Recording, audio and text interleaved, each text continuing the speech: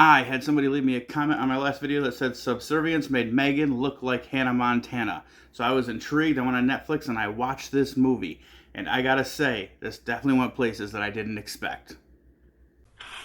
Blood, gore, blood, gore, cut it, get it, everything you want and more. You choose. So right off the bat, when I read this comment, the first thing I thought was Megan had some pretty cool kills in it. Decent, but nothing that was overly graphic, since they made it PG-13 for everybody in the audience just to be able to watch.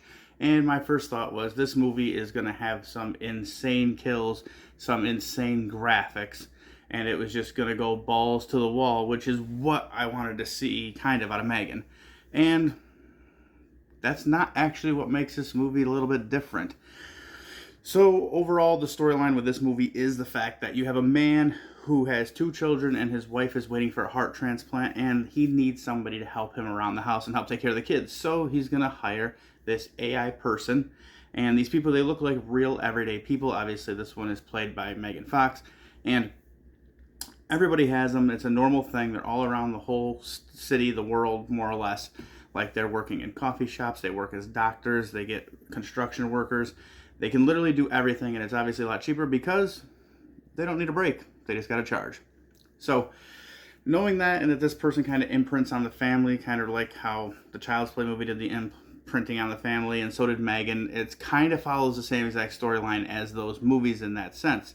But like I said, this movie is actually a little bit different, and I can see where this comment came in as to why this movie makes Megan look like Hannah Montana.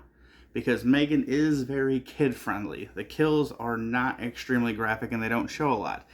But this movie doesn't really show a whole lot with the kills either. But it's the storyline that you go along in this one that makes it different.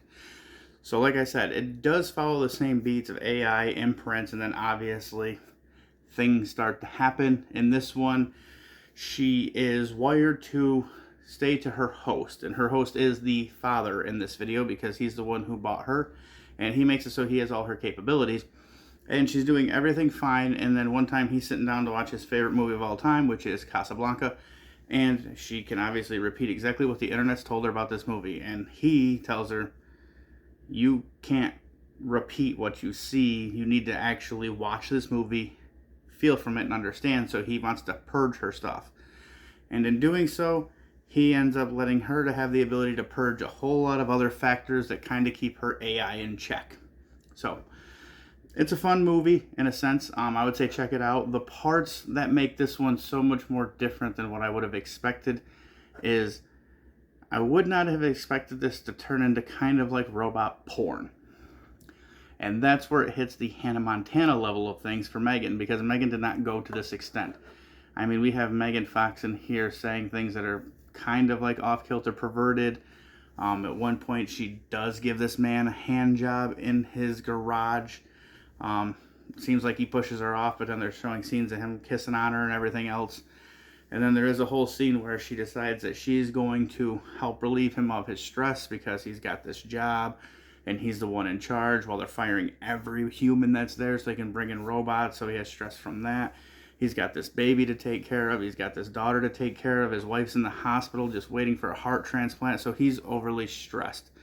And she can read from his body that he's not doing well and he needs to relieve some stress to bring down his blood pressure and to get him a little more relaxed.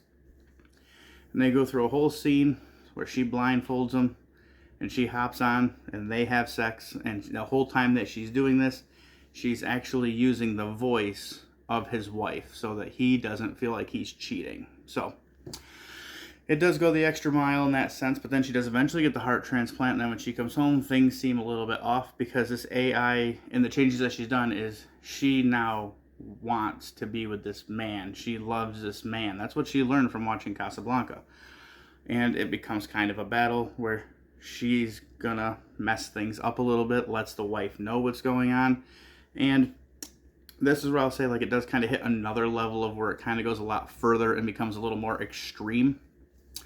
Is towards the climax of the movie, you see him and his wife are fighting, and the AI is in the garage, and the baby starts crying upstairs, and he wants to go check on the baby because he doesn't want to have this conversation right now, and he wants to make sure the baby's okay.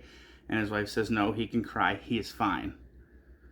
We need to have this conversation. And the AI picks up on the fact that because the baby's crying, he's distressed, and she needs to take out stresses in his life. She goes upstairs, she grabs the baby, and she puts this baby in a bathtub and starts filling it up with water. And that's where I would say it's a little bit more extreme than most, because you literally have, it's maybe like a year old, and they're attempting to have her drown this baby. I won't tell you what happens in this scene on whether or not they push the envelope and go that far, because you should check it out if you are interested in this movie. But I will say that overall, it's a pretty good movie. Like I said, I didn't expect it to go to the extent of robot sex and killing children, but I guess that's what makes it so that it's not Hannah Montana level.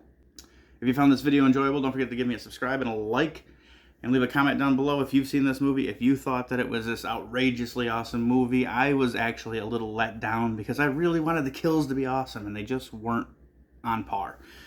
It was kind of the same crap you see in all the AI movies, so that would have been my thing that brought it down. Other than that, the storyline is pretty good. It's something a little bit different, and I like the fact that they went for it in certain areas. I just wish they could have really went for it in the killing area for when they do start actually killing off people. And until the next one, guys, rest in peace.